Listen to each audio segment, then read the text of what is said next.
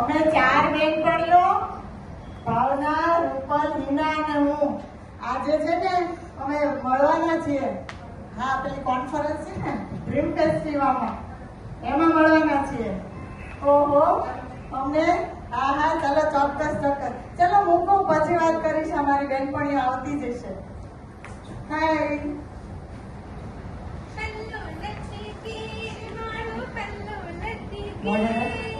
Mobile લટકી મારો mobile લટકી, mobile લટકી બધાના mobile લટકી. કેમ છો ભાઈ? પછી મહિના બહુ મજા હા, બહુ મજા આવી. ચાલો ચાલો. ઓ ફ્રેન્ડ્સ, આપણે જ્યાં સુધી અહીંયા છે ને ત્યાં સુધી કોઈ મોબાઈલના હાથ નહીં લગાડશું. હે ડન ડન ડન.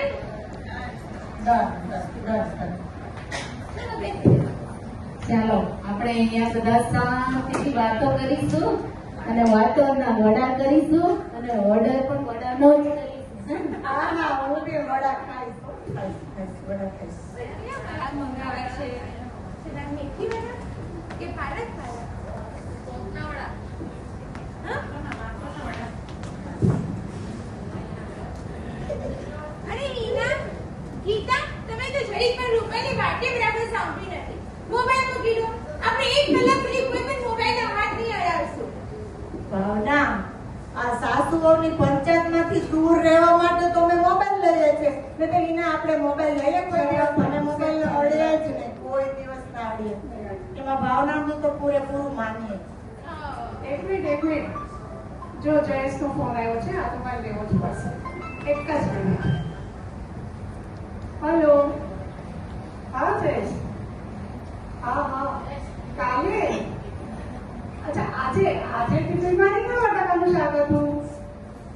અરે કાલે બટાકા રીંગણનું શાક હતું.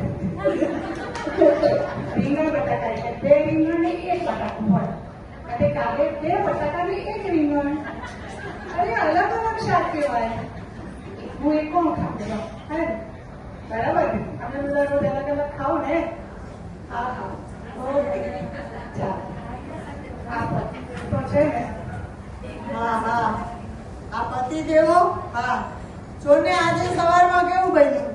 સવારના પોરમાં ફટાફટ આમ નાઈ ધોઈને તૈયાર થઈ અને જલ્દી જલ્દી નીકળી ગયો. ક્યાં? આ એફપી કોનમાં આવવા માટે. નહીં જય શ્રી કૃષ્ણ કર્યા કે નહીં ગુડ મોર્નિંગ કર્યા. અને એવો તો ઓલી કેવો બિઝી હશે કે જો કેટલા વાગ્યા, 11:15 થયા તો હજી નહીં મેસેજ કે નહીં ફોન. આ એફપી કોન આવે ને એટલે આ બધા પતિદેવોને છે ને તેવર જ બદલાઈ જાય. શું કેવું છે? બરાબર. આમ પણ છે ને આપણા પતિદેવો છે ને એને ભગવાને આ પતિદેવ નામના પ્રાણીનું નિર્માણ કેવું કર્યું છે ખબર છે? આપણે શાક થોડું થોડું વધ્યું હોય ને એને બધું ભેગું કરીને કેમ મિક્સ વેજ બનાવીએ. બસ એક્ઝેક્ટ એમ જ. હા, જો હું તમને કહું, પહેલા છે ને ભગવાન શું કરે, પહેલા થોડીક સાસુ, થોડીક જેઠાણી, થોડીક દેરાણી અને થોડીક નણંદ બધાનું ભેગું કરે અને પછી છે ને આ પતિદેવ નામના પ્રાણીનું નિર્માણ કરે. અને એ પાછો પતિદેવ કેવો ખબર છે? રોજ રોજ ટોક ટોક ટોક ટોક કરે ને એટલે આપણી આદતો બધી બદલાવી દે. અને પછી 3-4 વર્ષ થાય ને એટલે બોલે, ઓ ડાર્લિંગ, તું તો પહેલા જેવી હવે રહી જ નથી. બોલો, મારા સસરા તો બહુ સારા હતા પણ શું કરું, બોલો. આવું છે આ પતિદેવનું. એ આવું જોઈએ ગીતા. આ તો કહાની ઘર ઘર છે ને ગીતા. મારે પણ છે ને આવું જ હતું. ગઈકાલે હું ને સ્નેલ વોટ્સએપ મેસેજ કરતા હતા. મેં એને કહ્યું આજે ઘરે વહેલા આવજો. તો એ મને એમ કે એટલું 5 મિનિટ સુધી ટાઈપિંગ આવ્યું. અને છેલ્લે મેસેજ આવ્યો ઓકે. આટલો બધો ટાઈમ લીધા પછી કે ઓકે, બહુ ગુસ્સો આવ્યો. એમ તો છે ને મારો ઘરવાળો બહુ સારો ને, બધાથી દુનિયામાં સૌથી સારા મારો ઘરવાળો. પણ બધી વસ્તુની છૂટ આપી દીધી. કચરા કાઢો, પોતા કરવો, વાસણ, રસોઈ, ઇસ્ત્રી, બધા કામ મારી મરજીથી કરવાના ને જ્યારે કરવા હોય ત્યારે છૂટ. કોઈ વસ્તુની ના જ નહીં. બીજું કરે ખબર છે, ઘરમાં આવે ને મને શાંતિ મળી રહે ને રાડું થઈને ઘરમાં છે ને બહારથી આવે ને ફ્રેન્ડરે બધી વાત કરીને આવે મારે એમ કે બોલવાનું જ તારે થાકી ગઈ હોઉં ને બીજું તો એવું કરે ખબર છે, ઘરમાં આવે, જમી લે, મોબાઈલ જોઈ લે ને સુઈ જાય. એટલે મને કોઈ જાતનું કઈ ડિસ્ટર્બન્સ નહીં. મારે એટલું ધ્યાન રાખે ને કે હું બીમાર ન થઈ જાઉં ને એના થઈને મારે કોઈ દિવસ બહાર ક્યાંય જમવા જ ના લઈ જાય.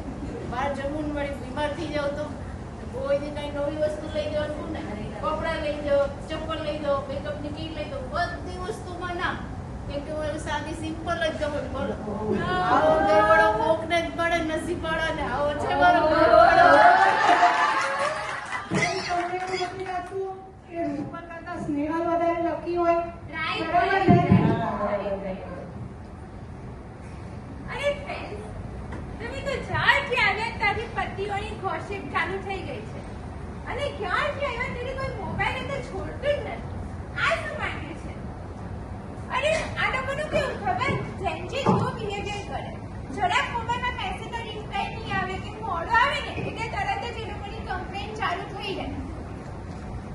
ફ્રેન્ડ્સ, તમે જોયું છે ઘણા લોકો તો પોતાના વિડીયો અને ફોટો સોશિયલ મીડિયા પર અપલોડ કરે અને વારે ઘડી દર 5 મિનિટ ચેક કરશે. અરે કેટલા લાઈક, કેટલી કોમેન્ટ આવી છે, કેટલા વ્યુઅર્સ થયા છે ખબર છે તમને? ભાવના, તને ખબર છે યુએસ અને યુકે માં તો સોશિયલ મીડિયા ઉપર ફોટોઝ, વિડીયોઝ કે સ્ટેટસ અપલોડ નહીં કરવા માટે નો પોસ્ટ ની ઝુંબેશ ચાલે છે.